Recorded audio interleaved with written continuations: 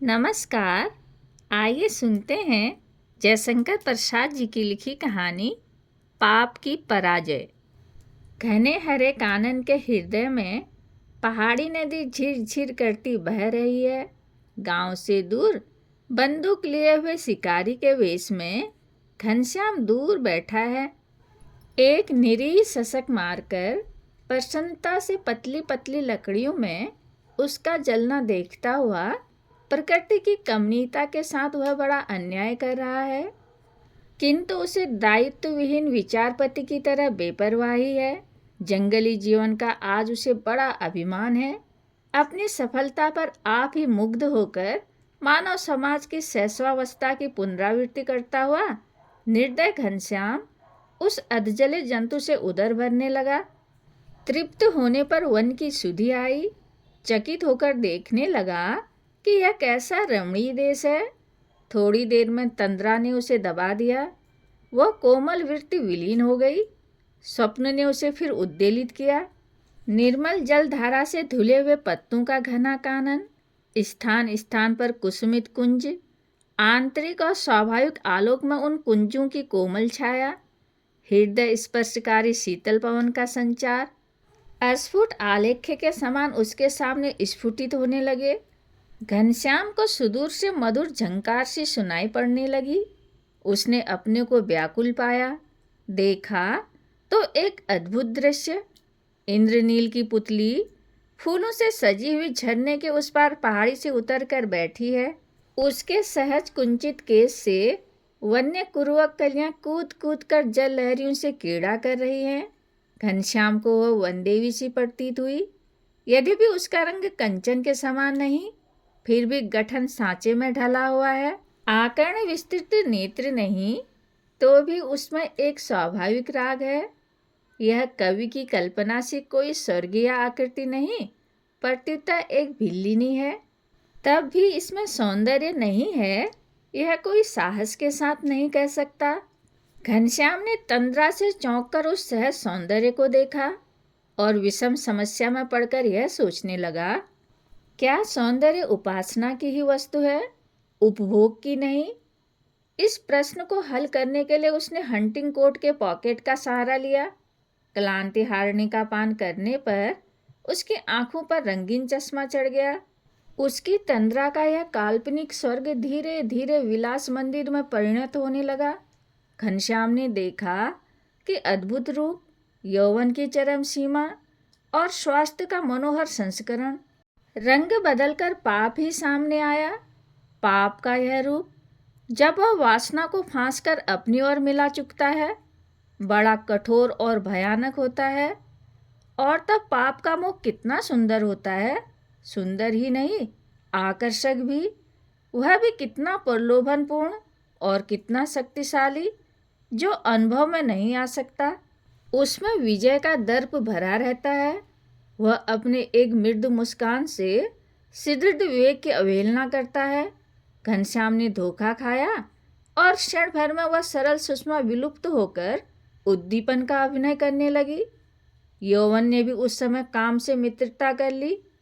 पाप की सेना और उसका आक्रमण प्रबल हो चला। विचलित होते ही घनश्याम को पराजित होना पड़ा। वह आवेश में बाहें फैलाकर झरने को पार करने लगा। नील की पुतली ने उस ओर देखा भी नहीं। युवक की मांसल भुजाएं उसे आलिंगन किया ही चाहती थी कि ऊपर पहाड़ी पर से शब्द सुनाई पड़ा, क्यों नीला, कब तक यहीं बैठी रहोगी? मुझे देर हो रही है, चल घर चलें। घनश्याम ने सिर उठाकर देखा तो ज्योतिर्मयी दिव्य मूर्ति रमणी सुलभ पवित्रता का ज्वलंत प्रमाण केवल यौवन से ही नहीं, बल्कि कला की दृष्टि से भी दृष्टिगत हुई।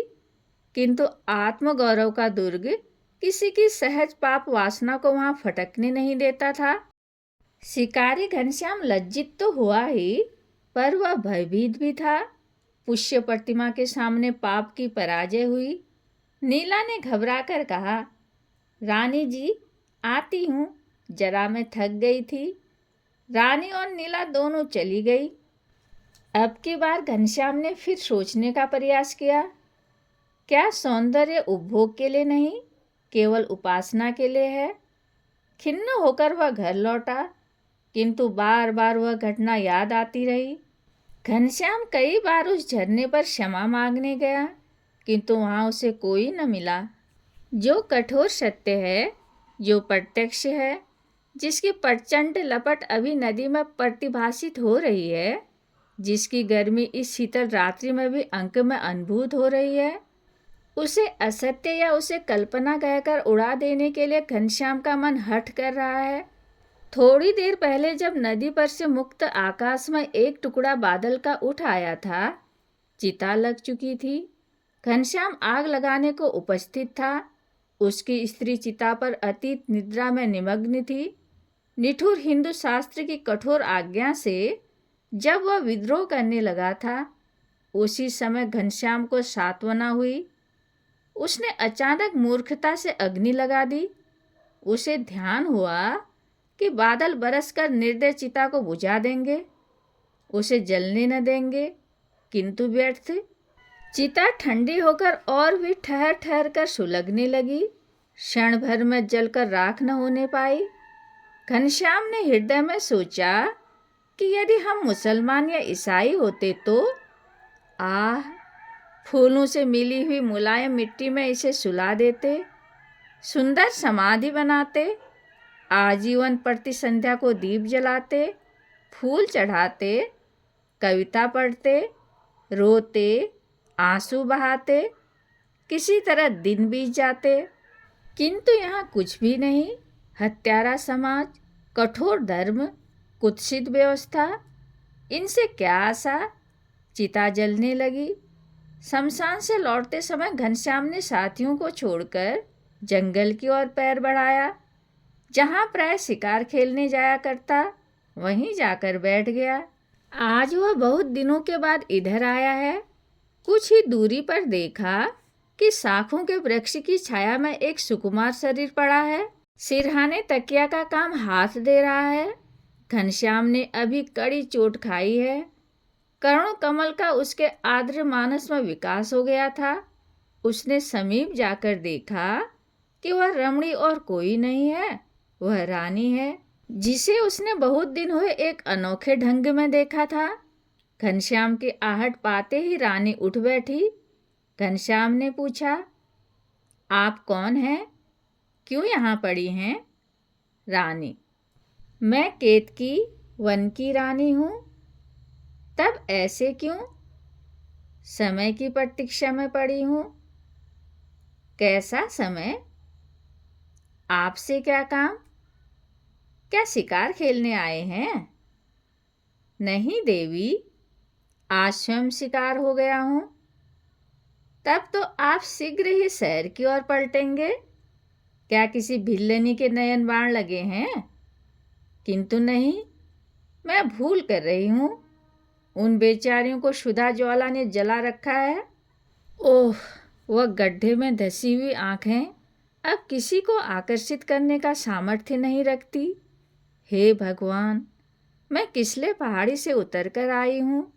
घनश्याम, देवी, आपका अभिप्राय क्या है? मैं समझ न सका। क्या ऊपर अकाल है, दुर्भिक्ष है? रानी, नहीं नहीं, ईश्वर का प्रकोप है, पवित्रता का अभिशाप है, करुणा की विभत्स मूर्ति के दर्शन हैं। घनश्याम, तब आपकी क्या इच्छा है? रानी, मैं वहाँ की रानी हूँ। मेरे वस्त्र आभूषण भंडार में जो कुछ था, सब बेचकर 3 महीने किसी प्रकार उन्हें खिला सकी। अब मेरे पास केवल इस वस्त्र को छोड़कर और कुछ भी नहीं रहा कि विक्रय करके एक भी शुद्धित पेट की ज्वाला बुझाती। इसलिए घनश्याम, इसलिए क्या? रानी, शहर चलूँगी। सुना है वहाँ रूप का भी दाम मिलता है, यदि कुछ मिल सके। घनश्याम, तब? रानी, तो इसे भी बेच दूंगी। अनाथ बालकों को इससे कुछ तो सहायता पहुंच सकेगी। क्यों? क्या मेरा रूप बिकने योग्य नहीं है?